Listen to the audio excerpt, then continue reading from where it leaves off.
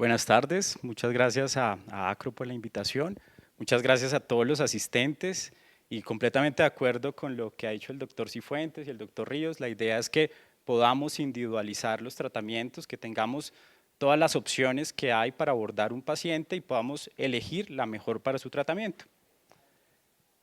En Colombia en el 2020 se presentaron 2.700 casos de cáncer de recto y de ellos el 70%, ¿sí? Según la cuenta de alto costo, son locorregionales, lo cual implica un alto impacto en los centros de radioterapia y de ellos el 30% pertenecen al régimen subsidiado, de modo que tenemos que buscar también una estrategia que esté acorde con la situación económica del paciente.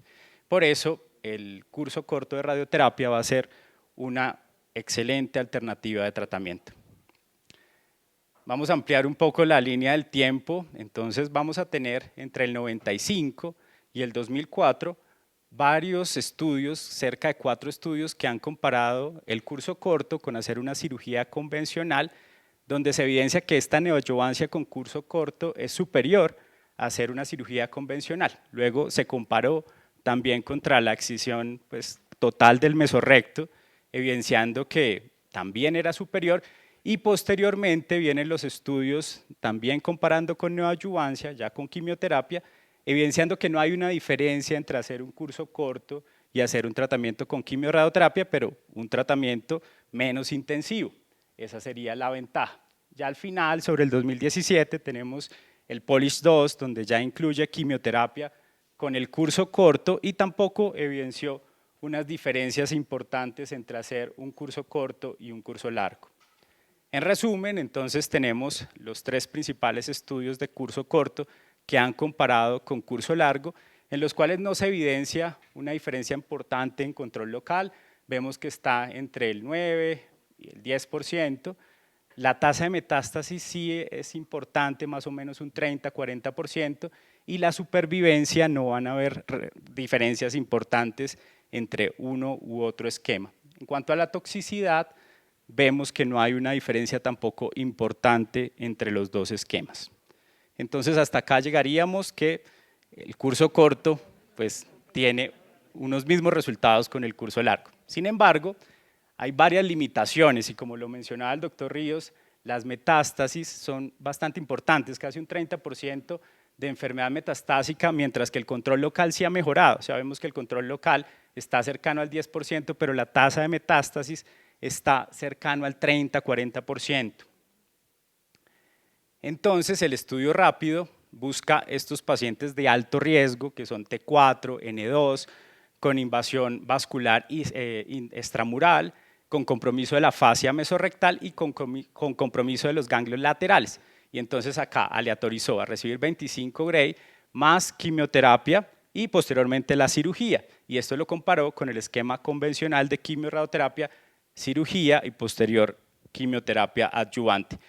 Llama la atención que más del 40% eran pacientes que tenían más de 65 años, incluyó pacientes de una edad un poco más avanzada y tuvo en cuenta los 3/3 del recto para incluir los pacientes, tanto de recto inferior, medio y superior, estando repartidos casi 30-30-30%. Y lo que vemos es que en supervivencia global no hay una diferencia entre uno u otro esquema, pero en la supervivencia libre de progresión hay una pequeña diferencia entre uno y otro, y siendo el principal resultado en la progresión libre de metástasis, donde dar un tratamiento de TNT y haciéndolo con curso corto van a tener unos mejores resultados en cuanto a tasa de metástasis. En la toxicidad llama la atención que los pacientes que son llevados a esquema rápido tienen una tasa de presentar toxicidad gastrointestinal un poco más alta, sin embargo esto no impacta sobre la adherencia al tratamiento y el 100% de los pacientes completan todo el tratamiento, es decir que no va a afectar el cumplimiento del tratamiento. Más adelante se publicó el estudio Stellar, que también es un estudio, este es chino, en el cual se incluyó pacientes de un riesgo un poco más bajo que el anterior, eran pacientes T3, T4 con ganglios positivos, y se comparó a hacer casi un TNT, porque los pacientes recibían una parte de la quimioterapia después de la radioterapia de curso corto y luego de la cirugía recibían otros ciclos de quimioterapia, y esto lo compararon con quimioradioterapia con capecitabina y 6 ciclos adicionales de capecitabina y oxilepalatino, en lo cual se evidencia que incluyen unos pacientes de un riesgo un poco más bajo, eran pacientes que un 30%, un 85% estaba en estadio 3 y sobre todo se incluyó pacientes del recto inferior y medio, no tanto pacientes de recto superior. En cuanto a los desenlaces, se evidencia entonces que la supervivencia libre de progresión es mejor en los pacientes que reciben un esquema de TNT. La supervivencia libre de metástasis en este no encuentra resultados, pero sí va a haber un impacto sobre todo en lo importante que vemos que es la supervivencia. También la recurrencia local es inferior usando un TNT de curso corto. La toxicidad, sobre todo en los pacientes de TNT, era sobre todo hematológica, pero tampoco se afectó el cumplimiento del tratamiento. El 98% de los pacientes recibieron todo el tratamiento neoadyuvante total. En resumen, entonces, vemos que tanto en Rápido como Stellar tienen unos beneficios estadísticamente significativos en recurrencia local y adicionalmente llama la atención que en cuanto a la respuesta patológica completa fue casi el doble en uno versus otro estudio, tienen una mejor respuesta patológica que es muy similar a la que se presenta en PROVIS, el que nos comentaba el doctor Iván Ríos. El recto inferior es una de las controversias que hay y es si se deberían o no incluir en curso corto los pacientes de recto inferior. Y lo que encuentra en este metaanálisis, que incluye 421 pacientes, es que realmente no hay una diferencia en cuanto a los pacientes que son llevados a un curso corto versus un curso largo a nivel del recto inferior en las tasas de control local. No hay más recurrencia local en los pacientes de recto inferior. Y en este estudio lo que buscaba era los pacientes que son llevados a un manejo no quirúrgico, ¿sí? Este estudio incluyó 90 pacientes, es un estudio mucho más pequeño, realmente en Watch and Wait no hay mucha información y ellos hacían dosis un poco más altas a nivel del tumor, lo llevaban no solo a 25, sino que escalaban hasta 30 y 35 Gray, sin embargo es un estudio muy pequeño en lo cual no sería como la mejor estrategia para hacer Watch and Wait. Pero esto se va a estudiar ya con un ensayo clínico que va a comparar hacer TNT en los dos brazos y incluir a los pacientes en hacer manejo quirúrgico versus hacer un manejo no quirúrgico. Y hay dos estudios, este Star Trek también está en curso y lo que busca es responder también esta pregunta de si es seguro hacer una estrategia de Watch and Wait con un ciclo corto. La costo-efectividad pues es algo evidente. Para un paciente sus gastos de bolsillo asistiendo a 5 fracciones versus asistir a 30, pues el ahorro para el paciente es total y adicionalmente en otros contextos han mostrado que es costo-efectivo, sin embargo esto se tiene que hacer en nuestro contexto para poder saber, pero muy probablemente lo será. Pues conocer, y esto lo tomé de la presentación del doctor Solé, donde el EQD2 de los dos esquemas de tratamiento es el mismo, por lo tanto, también desde la radiobiología son esquemas que son equivalentes. Entonces, no va a haber una diferencia en la efectividad de los tratamientos, la toxicidad es similar, sin embargo, va a tener menor toxicidad económica para el paciente. Hay una mayor adherencia al tratamiento porque al recibir toda la quimioterapia neoadyuvante, pues no van a tener esta interrupción del tratamiento y esta suspensión que evita que el 100% de los pacientes reciban el tratamiento completo y llega hasta casi el 60% de cumplimiento en el tratamiento y pues en los pacientes que ya tienen una ileostomía pues va a ser acortado el tiempo, va a ser menos tiempo también con su ileostomía. La NCCN entonces nos deja las opciones de tratamiento pero tampoco es muy conclusivo, digamos que no nos dice con qué características especiales un paciente tiene que ser llevado a uno u otro esquema. Esto va a ser evaluado en una junta multidisciplinaria donde tenga en cuenta qué factores adicionales de la efectividad son importantes a la hora de definir el tratamiento. ESMO también nos va por grupos de riesgo a tratar de individualizar el tratamiento del paciente, donde a partir de riesgo intermedio es donde se da un esquema TNT, un esquema un poco más intensivo y deja para curso corto sobre todo los pacientes de riesgo alto. Sin embargo, esta guía no estaba todavía actualizada a la publicación del esquema rápido.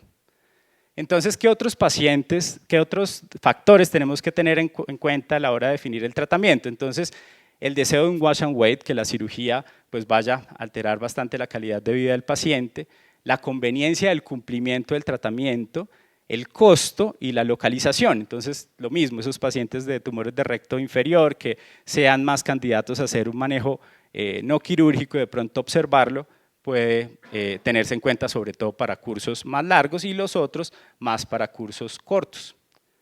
Entonces, ¿cómo hacemos la selección? ¿Cómo podemos escoger el mejor tratamiento para proponérselo al paciente? Tengo esta paciente de 47 años, tiene un adenocarcinoma grado 1 de recto, tenía compromiso como tal de los vasos, compromiso extramural de los vasos, era de recto medio y superior, era un T4N2 y tenía un ganglio ilíaco interno, que estos ya se consideran como ganglios laterales, y una longitud de 8 centímetros. La lesión, si se alcanza a ver algo, pues era una lesión bastante grande. Entonces la resonancia magnética es la que nos va a ayudar para hacer esta selección de los pacientes, y esta resonancia tiene unas características particulares, y es que es una resonancia no contrastada, a diferencia de todo lo que utilizamos siempre. El protocolo que se recomienda es que no sea con contraste y que sea una secuencia T2.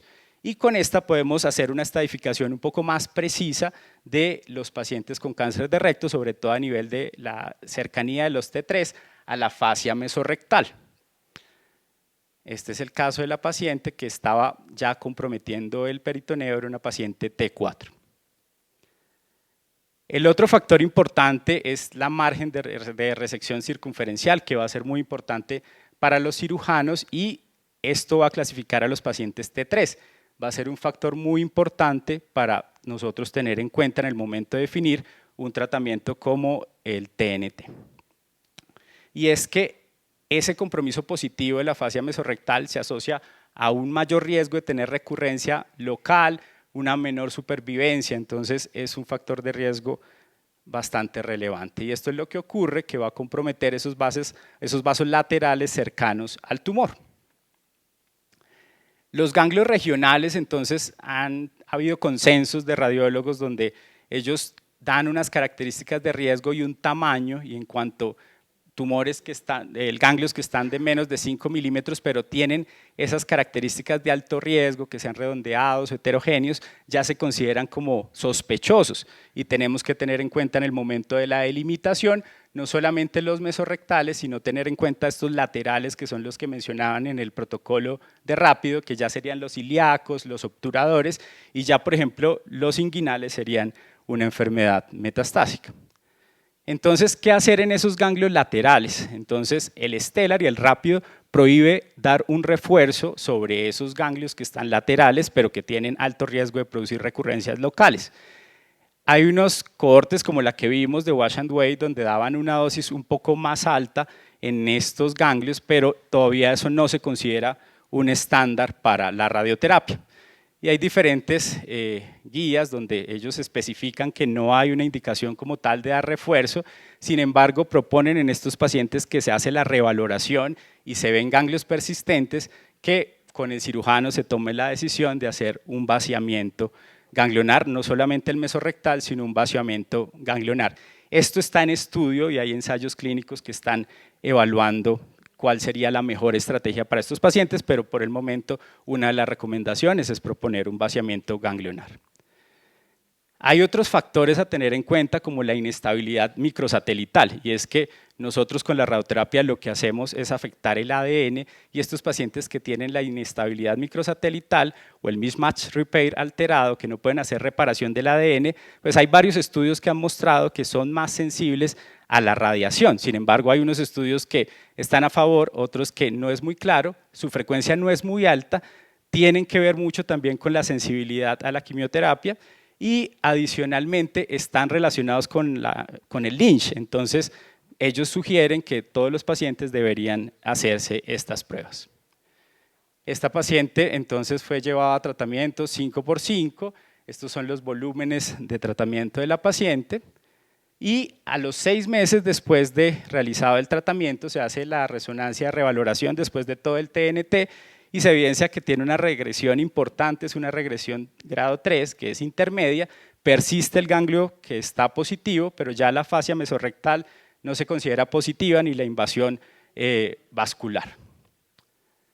Vemos entonces la comparación a los 6 meses, persiste el ganglio positivo, la paciente es llevada entonces a resección quirúrgica más vaciamiento ganglionar. Entonces el tamaño tumoral disminuyó bastante, de 3.5 a 2 centímetros, ya los ganglios estaban negativos y fue clasificada como un T2N0, teniendo una muy buena respuesta al tratamiento neoadyuvante.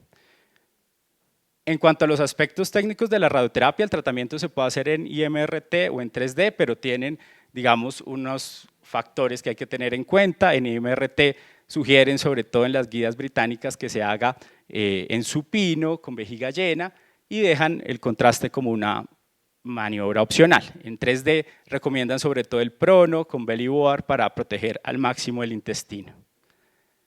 Rápido tiene unas guías de delimitación donde son unos volúmenes un poco más estrechos, entonces hay que estar muy pendientes de los del momento del tratamiento de la paciente, hacer imágenes a repetición porque pues hay que estar muy seguros de que estemos tratando el blanco que queremos tratar. Y hay diferentes consensos de Astro y de Reino Unido donde nos sugieren cómo serían las restricciones de dosis. Y este es un ejemplo de por qué es muy importante tener en cuenta la toma diaria de imágenes durante estas 5 fracciones, porque, por ejemplo, estos casos donde el recto está completamente distendido, no vamos a estar tratando correctamente el volumen tumoral. Entonces, la recomendación es que hagamos imagen diaria con cada uno de nuestros pacientes. Entonces, respecto al curso corto, ¿cuáles serían las conclusiones? Que no va a haber una diferencia en efectividad con respecto al curso largo, que la toxicidad es similar entre los dos tratamientos y no va a haber una afectación de la adherencia, los pacientes completan casi 100% del tratamiento y el TNT en estos pacientes de riesgo intermedio o alto es considerado un estándar para tratarlos en este momento. El impacto económico del curso corto pues, va a ser menor, sobre todo para pacientes que tenemos en este momento con una situación económica difícil y la elección finalmente pues, hay que tener en cuenta todos los factores y se hace preferiblemente en un grupo multidisciplinario. Muchas gracias.